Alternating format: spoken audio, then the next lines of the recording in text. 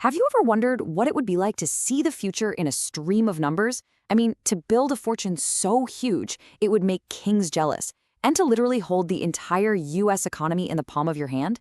Well, that was the life of Jesse Livermore, who might just be the greatest stock trader who ever lived. But his story? It's a blueprint for incredible success, yeah, but also for the most tragic kind of failure. And to really get who this guy was, we have to start with his very last words.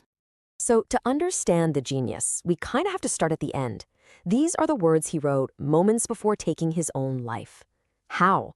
How could the man who absolutely conquered Wall Street end up here? To find out, we've got to go all the way back to the beginning. All right, so our story doesn't start on the chaotic floor of the New York Stock Exchange. Nope. It starts in a small Boston brokerage with a 14-year-old kid from a poor family who got a job as a chalk boy. It sounds like a simple, kind of boring task, right? But it would become the foundation for his entire empire. Day in and day out, all Livermore did was run from the ticker tape machine to this huge chalkboard, scribbling down the latest prices. And after a while, he started to see something. He realized that stocks didn't just move randomly. They had habits. He noticed these little patterns would show up on the tape right before a stock was about to make a big move, up or down.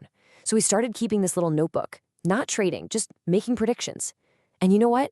He was almost always right. Now, what's really interesting is where he first tested these ideas. It wasn't a real brokerage. He went to these places called bucket shops. And you got to understand what these were. Think of them like gambling dens for stocks. You weren't buying actual shares of a company. You were just betting against the house on tiny price moves, usually with crazy high leverage. The whole system was basically designed for you to lose your money fast. So a coworker gives him a hot tip on Burlington stock. But Livermore, he doesn't just jump in. He checks his notebook and, hey, the patterns line up. So he walks into a bucket shop and places his very first bet. A couple of days go by and he cashes out. His profit? $3.12. Not a lot, I know, but it was a start. And just like that, the legend of the boy Plunger was born. By the time he hit 20, he'd already made a small fortune. I mean, he was so good, so consistent at just reading the tape and beating the house that the bucket shops literally started refusing his business. Can you imagine? He was banned for winning too much. He had completely broken their system. So it was time for the big leagues, New York City. So he gets to Wall Street, cash in his pocket, feeling on top of the world, totally ready to conquer the real market. But the New York Stock Exchange, it was a whole different animal. It played by a completely new set of rules, and learning them was about to cost him everything he had. Okay, so here's the crucial difference, the thing that changed everything for him. In a bucket shop, when you made a bet, the execution was instant. You saw a price, you got that price. Simple. But on the NYSE, there was a delay. It wasn't huge, but by the time his order actually got to the trading floor, the price had already moved. That tiny little delay made his whole strategy, this rapid-fire tape-reading system, completely useless. In just 6 months, he was flat broke. But that failure taught him maybe the most profound lesson of his entire life. He realized he couldn't just gamble on these little blips on a piece of paper. He had to become a real speculator, someone who forms a deep, powerful conviction about where the market is headed and then acts on it. Above all, he had to trust his own judgment. No more tips. His big comeback moment came in 1906. Get this, he's on vacation, and even though the market is roaring, he just gets this feeling that it's weak, heavy, as he called it.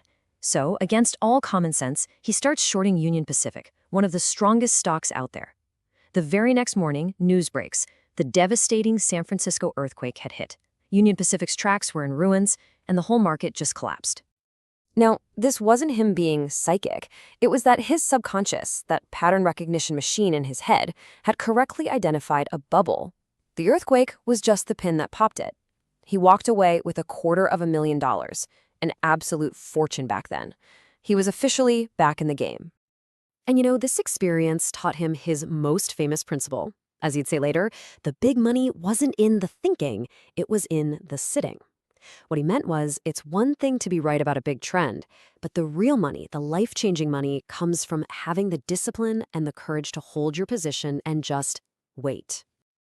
This victory kicked off a whole new era for Livermore. He wasn't the boy Plunger anymore. Now people called him the Great Bear of Wall Street, and he lived like it. Yachts, Rolls Royces, apartments for his mistresses, the whole 9 yards. But that lifestyle created this immense pressure to keep pulling millions and millions out of the market just to cover his bills.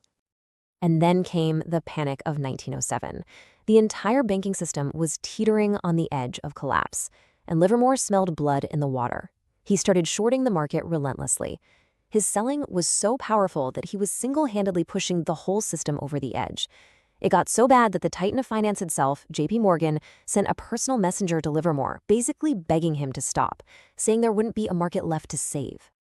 I mean, just think about that kind of power for a second. The most powerful banker on earth is asking you for mercy. Livermore, being no fool, realized he couldn't cash out if the whole system went down, so he reversed his position. He started buying, which sparked a rally and saved the exchange. And he walked away $1 million richer. But hubris is a killer. Right after this massive, legendary win, he did the one thing he swore he'd never do again. He broke his cardinal rule. He listened to another trader who had this really persuasive tip on cotton, and he went against his own judgment. The market punished him, and it punished him brutally. He lost it all. The yachts, the cars, the millions. For the second time, he was right back at zero. It took him years to fight his way back from bankruptcy again, but he was setting the stage for his ultimate masterpiece. The year was 1929. The Roaring Twenties were at their peak, and the biggest stock market bubble in history was just about to pop. While everyone else, from the shoeshine boy on the corner to the most seasoned bankers, was partying and euphoric about the market, Livermore saw the rot underneath it all. He'd sit in his quiet office, just watching the tape, and he began to quietly build this massive short position. He was making a colossal historic bet against the entire American economy. And when the crash finally came on Black Tuesday, well, fortunes were wiped out in minutes. People were ruined. But as Livermore came home that night, his terrified wife met him at the door. He just looked at her and said, "This was my best trading day ever." He had cleared $100 million. That's the equivalent of over $1.5 billion today. He was, without a doubt, the king of the financial world. You'd think that would be the triumphant end of the story, right? The hero's final victory. But the immense psychological pressure of swinging from pauper to billionaire and back again, the total isolation of his genius, and this inability to just turn off the machine inside his head, it all started to take its toll. His personal life just fell apart. His multiple marriages turned toxic. The extreme highs and devastating lows finally shattered his legendary discipline.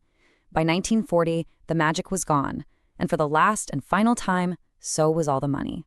And so in November of 1940, Jesse Livermore walked into the cloakroom of the fancy Sherry Netherland Hotel in New York. He sat down and wrote an 8-page letter to his wife, and he ended it with those same 5 haunting words.